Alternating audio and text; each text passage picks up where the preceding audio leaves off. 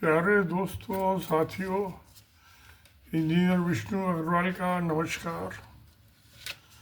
आज मैं बात कर रहा हूँ कि इंडियन इकोनॉमी, आर्थिक हालात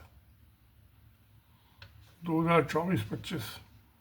पहले मैंने बजट के मामले में बात की थी जब ये बजट आया था, मगर कुछ अजीबोगरीब बातें दिखाई देती हैं जब दुनिया के और कंट्रीज़ के मामले के हम देखते हैं। यूएस ने अभी जो डोनाल्ड ट्रंप था प्रेसिडेंट आए हैं पिछले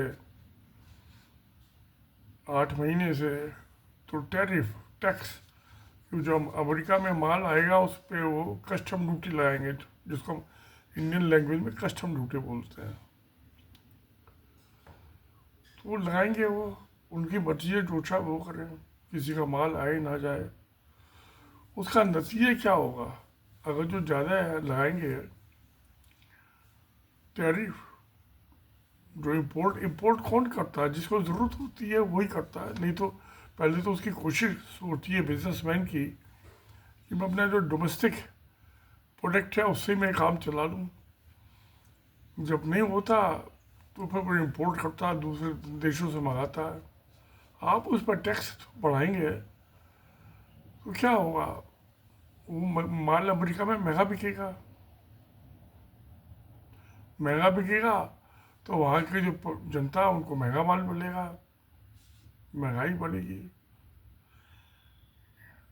तो मुझे याद है जब 1990 में, अब से 35 साल पुरानी बात हो गई, पीवी नरसिम्हा साहब आए थे तो उन्होंने जो थे सब टैक्स जो थे,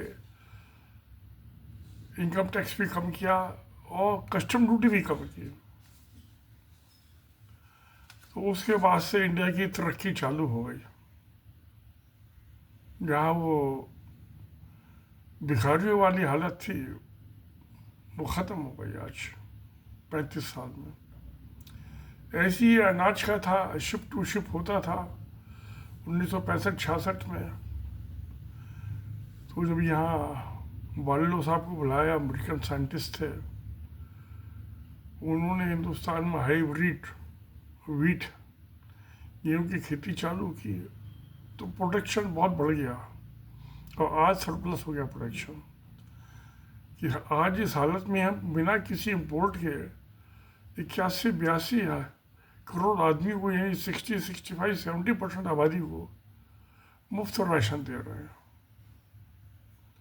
फूड सिक्योरिटी एक्ट 2013 में बना था, तो जब मुफ्त राशन मिल रहा है तो कोई आदमी भूखा तो मरेगा नहीं, बल्कि जो 5 किलो राशन मिलता है उतना एक आदमी खा नहीं सकता एक महीने में, क्योंकि बच्चे भी होते हैं, बड़े भी होते हैं। तो बच्चा तो उसको तो महीने में आधा ही किलो काफ़ी है, तो 4.5 किलो उसका बच गया, तो ब्लैक में मार्केट में जाएगा वो। तो अब मैं इसको सब देखता हूँ कि ये क्या मामला है, समझने की कोशिश करता हूँ। तो इंटरनेशनल मॉनेटरी फंड और वर्ल्ड बैंक, ये पैरामीटर हैं, ये सब दुनिया की सब कंट्रीज़ की आर्थिक हालातों का जायज़ा लेते रहते हैं और अपना ओपिनियन देते रहते हैं। उनके मुताबिक जो है 2024 में इंडिया की जो जीडीपी थी वो 3.9 ट्रिलियन से 4.2 ट्रिलियन के बीच में थी। लगा लीजिए एवरेज 4 ट्रिलियन। मगर जब इसको, ये यूएस डॉलर है, डॉलर टर्म्स में, मगर जब जीडीपी को 4 ट्रिलियन डॉलर्स को हम परचेज पावर पैरिटी, भाई उससे पैसे माल खरीदते हैं इंडिया के अंदर इंडियन करेंसी में। आज रुपया तो 85 रुपये में $1 आता है। वो उस $1 से हम जब इंडिया में माल परचेज करते हैं तो ये जीडीपी जो है परचेज पावर पैरिटी के हिसाब से 17.65 ट्रिलियन की हो जाती है, यानी 4 टाइम्स हो जाती है। तो जिस कंट्री की, जिस सोसाइटी की 17.65 ट्रिलियन परचेज पावर पैरिटी के हिसाब से हो, तो वो तो गरीब मुल्क नहीं हो सकता। चाइना की तो 20 ट्रिलियन की है, और आबादी हमारी इंडिया की और चाइना की बराबर है। इसका मतलब जो इंडियन जो एक आम औसत आदमी है, वो उतना ही खुशहाल है जितना कि चाइना का आदमी है, क्योंकि जो उनकी करेंसी युआन चाइना की, वो तो $1 इक्वलेंट 8 युआन, 8 युआन के। और इंडिया का रुपये 80-85 रुपये। तो इसके हिसाब से तो 17.65 ट्रिलियन की जो है जीडीपी बहुत बढ़िया जीडीपी है। अब इस जीडीपी को मैं इसमें कुछ और एडिशन करना चाहूँगा। ये भी हवाई फिक्र है। क्यों? हिंदुस्तान में, इंडिया में ज़्यादातर औरतें काम नहीं करती, घर में हाउस वाइफ होती हैं। उनका काम जो है, घर का काम है, झाड़ू पोछा है, रोटी बनानी है, कपड़े धोने हैं, बच्चे पैदा करने हैं, बच्चे पालने हैं। उसके फिर बच्चा पैदा हो गया तो उसकी केयर होती है, आया भी वही होती है माँ। अपनी गोदी से उसको पढ़ाना भी शुरू करती है, वही लैंग्वेज सिखाती है उसे। कोई स्कूल में नहीं भेजती। 4-5 साल का बच्चा अपनी माँ की गोदी में पढ़ता हुआ था, बल्कि 6 साल तक का भी। अभी दिल्ली में मैं एक लड़की है, मुस्कान, जो मेरे घर में काम करती है, उसकी छोटी बहन, वो 20 साल की है, अभी 10th क्लास में आई है। जबकि नॉर्मली 10th क्लास में 15-16 साल का बच्चा आ जाना चाहिए। इसका मतलब वो लड़की जो है, जब समझिए 5 साल की जगह वो 8-9 साल की हो गई तब स्कूल गई। उसकी बड़ी बहन जो है वो 11वीं क्लास में, 11th क्लास में, वो भी 22 साल की है। इसके अंदर ये बच्चे, उसके उसके पिता जो एक बेलदार मजदूर हैं, ट्रकों पर सामान चढ़ाना उतारना उनका काम है। माँ घरों में मेरी रोटी बनाती थी, उसकी माँ झाड़ू पोछा कर देती थी, बर्तन माँज देती थी। आज उनके पेट भरे हुए हैं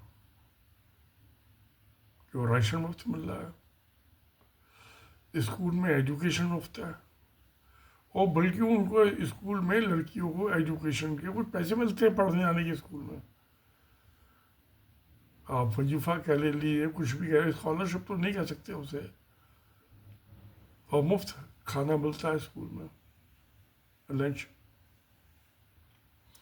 उस लंच के ही लालच में मिड डे मील स्कीम में शायद वो स्कूल जाते नहीं, तो उसके माँ बाप स्कूल नहीं भेजते।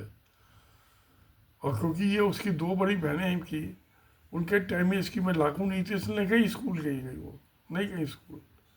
इनके टाइम में लागू हुई तो जा रही है स्कूल। तो एक तो ये है कि जो आधी आबादी है दुनिया की, आधी ऐसी हिंदुस्तान में आधी आबादी औरतों की है, वो कुछ कमाती नहीं है, घर का काम करते हैं, पर वो भी इकोनॉमिक एड है।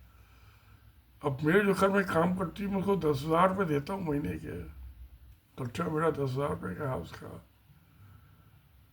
तो वो भी तो एक एड ही है, वो कोई गवर्नमेंट की इकोनॉमी में नहीं आता, क्योंकि वो टैक्सेबल इनकम है ही नहीं।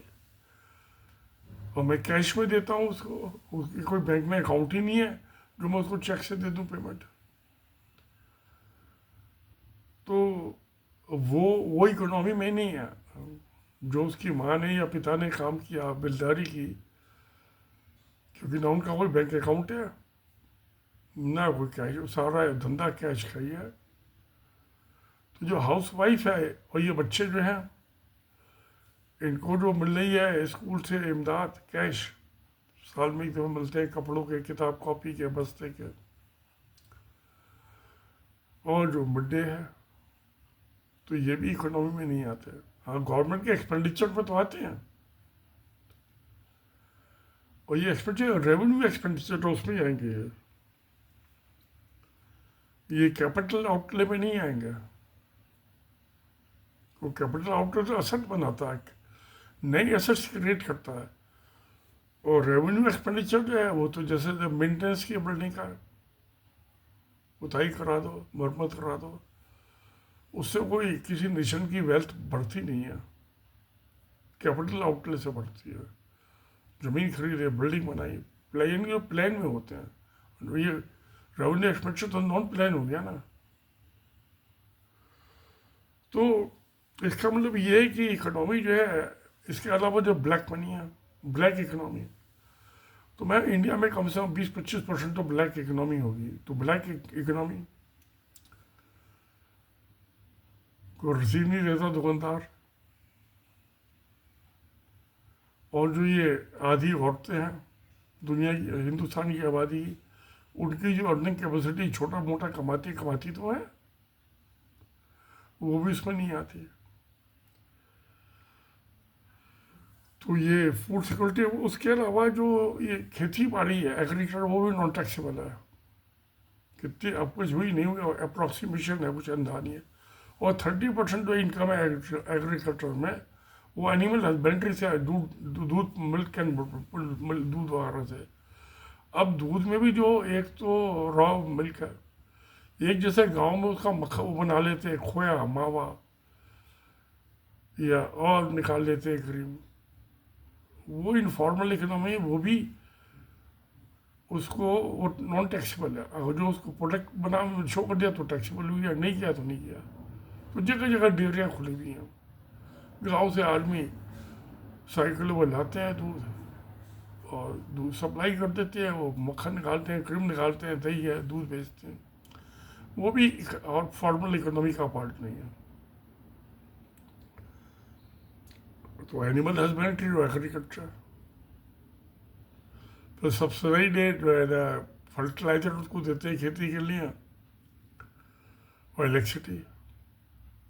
अगर इन सबको जोड़ ले तो मैं समझता हूँ कि ये जो 17.65 ट्रिलियन की प्राइस, जो परचेजिंग प्राइस पैरिटी के हिसाब से देखें, तो it will be reach somewhere 20 trillion US dollars. तो ये तो बहुत बड़ी इकोनॉमी हो गई। इसलिए मैं देखता हूँ, क्योंकि बहुत सी औरतें घरों में काम करती हैं शहरों में, और गाँव में तो सभी करती हैं, उनको कोई तनख्वाह नहीं मिलती है,